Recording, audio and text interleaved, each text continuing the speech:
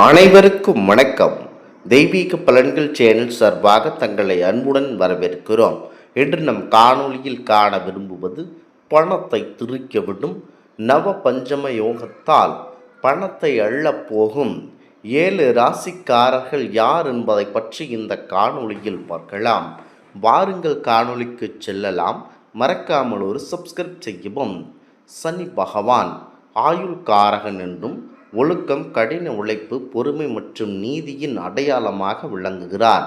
கடகராசியில் உள்ள சூரிய பகவானும் மீன ராசியில் உள்ள சனி பகவானும் ஒரு மங்களகரமான நவ பஞ்சம யோகத்தை உருவாக்கியுள்ளனர்.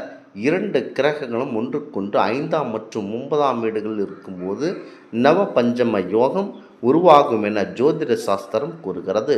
ஜோதிட சாஸ்திரத்தில் சூரிய பகவான் அவர்கள் தன்னம்பிக்கை, மரியாதை, அரசாங்க வேலை மற்றும் சரியான முடிவை எடுக்கும் திறன் ஆகியவற்றின் முக்கிய அதிபதியாக கருதப்படுகிறார்.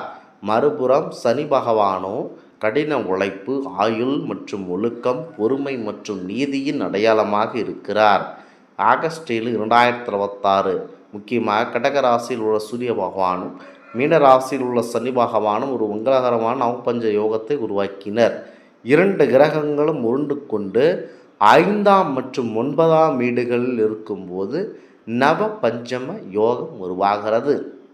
நவ பஞ்சம யோகம் என்றால் அனைத்து விதமான அற்புதமான யோகங்கள், பணவரவு மற்றும் ஆபரணங்கள் அனைத்தையும் குறிக்கும்.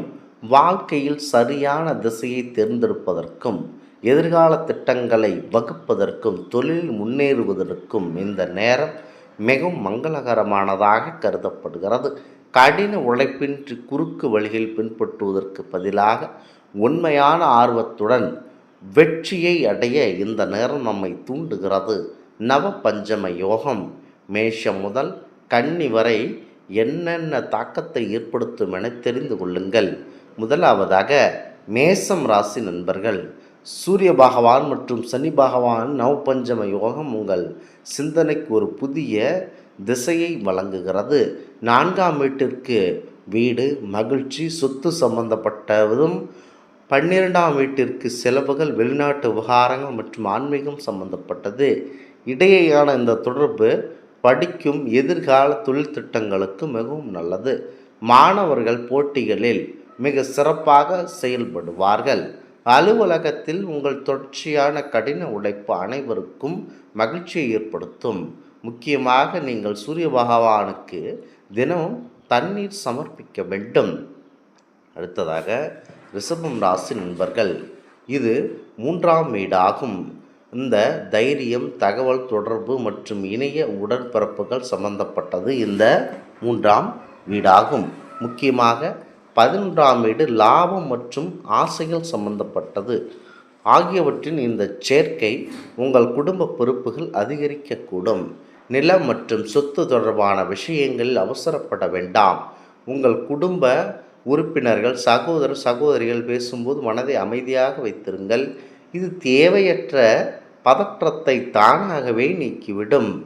ஞாயிற்றுக்கிழமைகளில் கோதுமை தானம் செய்யுங்கள், நல்லது நடக்கும். அடுத்ததாக மிதுனம் ராசி நண்பர்கள். புதன் பகவானை அதிபதியாக கொண்ட இவர்கள் முக்கியமாக அனைத்திலும் முக்கியத்துவம் வாய்ந்தவர்கள். செல்வம் மற்றும் பேச்சுக்குரிய இடமாகும். இது 2ஆம் இடத்தையும் வகுக்கிறது மற்றும் 10ஆம் வீடு செயல் மற்றும் கௌரவத்திற்குரிய இடம் ஆகியவற்றின் தாக்கத்தால் இந்த மிதுன ராசிக்கு உங்கள் தகவல் தொடர்பு வாணி உங்களின் மிகப்பெரிய பலமாக மாறும்.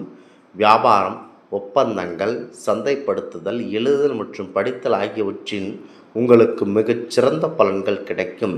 வேலை நிமித்தமாக சிறு பயணங்கள் உங்களுக்கு மிகவும் பயனுள்ளதாக அமையும்.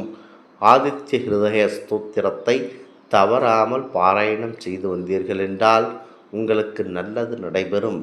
கடகமாகும். இவர்களுக்கு என்ன தாக்குகிறது என்றால் ஆளுமை மற்றும் இயல்பு மற்றும் 9ஆம் வீடாகும். விதி மற்றும் மதம் ஆகியவற்றின் தாக்கல். பணத்தை முறையாக கையாள்வது மிக முக்கியம். கடகராசி நண்பர்கள், உங்கள் வருமானம் படிப்படியாக உயர அதிகப்படியான வாய்ப்பு இருக்கிறது. தேவையற்ற செயல்களை நிறுத்துங்கள். பணம் சம்பந்தமான விஷயங்கள் உங்கள் குடும்பத்தினருடன் அமைதியாக பேசி ஒரு முக்கியமான முடிவை எடுத்து விட்டீர்கள் என்றால் அதுவே உங்களுக்கு பயனுள்ளதாக இருக்கும். ஞாயிற்றுக்கிழமைகள் தேவையுள்ள ஒருவருக்கு கண்டிப்பாக நெய் தானம் செய்யுங்கள். அடுத்ததாக சிம்மம் ராசி நண்பர்கள். சிம்மராசியின் தாக்கம் என்றால் 12ஆம் வீடு, அதாவது செலவுகள், வெளிநாட்டு விவகாரங்கள் மற்றும் ஆன்மீகம் ஆகியவற்றின் பகுதி, மற்றும் 8ஆம் வீடு மாற்றம் மற்றும் ஆராய்ச்சி ஆகியவற்றின் பகுதி ஆகியவற்றின் இந்த சேர்க்கை முன்னேறி செல்வதற்கான உங்கள் தன்னம்பிக்கையும் உற்சாகத்தையும் அதிகரிக்கும். உங்கள் தொழில் வாழ்க்கையில் புதிய வாய்ப்புகளும் புதிய அடையாளமும் கிடைக்கக்கூடும். உங்கள் நடவடிக்கைகளில் ஓரளவு நெகிழ்வுத்தன்மையையும் சில முறைகளையும் கடைபிடியுங்கள். புதிய வேலையை தொடங்க இது மிகவும் உகந்த நேரம். பரிகாரமாக சூரிய பகவானுக்கு சிகப்பு நிற மலர்களை சமர்ப்பியுங்கள். அடுத்ததாக கன்னிராசி நண்பர்கள். 11ஆம் வீடு லாபம் மற்றும் ஆசைகளின் பகுதி மற்றும் 7ஆம் வீடு கூட்டாண்மை மற்றும் திருமண வாழ்க்கையின் பகுதியாகும். ஆகியவற்றின் தாக்கத்தால் அதிகமாக சிந்திப்பதையும் மன அழுத்தத்திற்கு ஆளாவதையும் கண்டிப்பாக கன்னிராசி நண்பர்கள் தவிர்க்க வேண்டும். திடீர் செலவுகள் சிறிதளவு அதிகரிக்கக்கூடும். வெளிநாட்டு விவகாரங்கள் தொடர்பான விஷயங்களில் பொறுமையாக இருந்து அமைதி காக்க வேண்டும். குறிப்பாக கன்னிராசியை பொறுத்தவரை அமைதியுடன் இருப்பதே நல்லது. முக்கியமாக தியானம் மனதை அமைதியாக்கும் நிலையாகவும் வைத்திருக்கும். நீங்கள் ஞாயிற்றுக்கிழமைகளில் செப்பு பாத்திரத்தை தானம் செய்யுங்கள். அது உங்களுக்கு நன்மையை பயக்கும். முக்கியமாக இதனை மனதில் தெரிந்து கொண்டு செயல்பட்டீர்கள் என்றால் அனைத்தும் உங்களுக்கு நல்லபடியாக நடைபெறுகிறது. முக்கியமாக இந்த சூரிய பகவான் தன்னம்பிக்கை, மரியாதை, அரசாங்க ஆதரவு மற்றும் சரியான முடிவை எடுக்கும் திறன் ஆகியவற்றின் முக்கிய காரணியாக கருதப்படுகிறது. மறுபுறம் சனி பகவான் ஒழுக்கம், கடின உழைப்பு மற்றும் பொறுமை மற்றும் நீதியின் சின்னமாக விளங்குகிறார். முக்கியமாக கடகராசியில் உள்ள சூரிய பகவானும் மீனராசியில் உள்ள சனி பகவானும் ஒரு மங்களகரமான நவ பஞ்சம யோகத்தை உருவாக்குகின்றனர். இந்த 2 கிரகங்களும் ஒன்றுக்கொன்று 5ஆம் மற்றும் 9ஆம் வீடுகளில் இருக்கும்போது நவ பஞ்சம யோகம் உருவாகிறது. இதனால் மேஷம், ரிஷபம், மிதுனம், கடகம், சிம்மம், கன்னி ஆகிய ராசிகளுக்கு அனைத்து விதமான நற்பலன்களும் கண்டிப்பாக கிடைக்கும். அடுத்ததாக முக்கியத்துவம் வாய்ந்த இதாகும். இந்த ஆன்மீக தகவல் உங்களுக்கு பிடித்து இருந்தால் தெய்வீக பலன்கள் சேனலை கண்டிப்பாக சப்ஸ்கிரைப் செய்து கொள்ளவும்.